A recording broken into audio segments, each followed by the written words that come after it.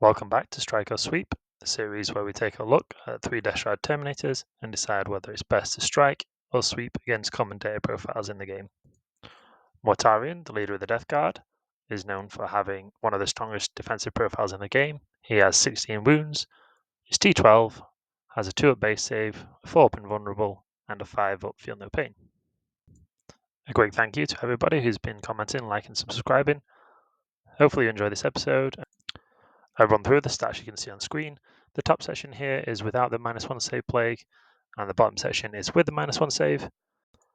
The percentages and damage characteristics shown is the average damage that the Deathshroud would do to a target.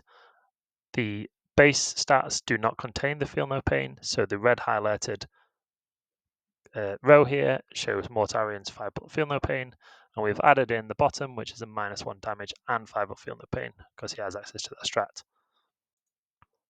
Other monster menaces can also be represented in this datasheet. For example, Catans, the breakpoints for the strength and toughness of the strike or sweep will not make any difference, and the -1 damage is effectively half damage for the strike profile, so the bottom row can be used for Catans. This is a common trend that we're going to see. If the defensive unit has access to half or -1 damage, it will be better to sweep. Otherwise, it will be better to strike. In the Champions of Contagion detachment, we do have access to a stratagem which gives the unit critical 5s, which is great for the lethal hits and the sustained against the tougher opponents. This gives us a roughly 9% chance to kill Mortarion in one shot, but the average damage being 9 here.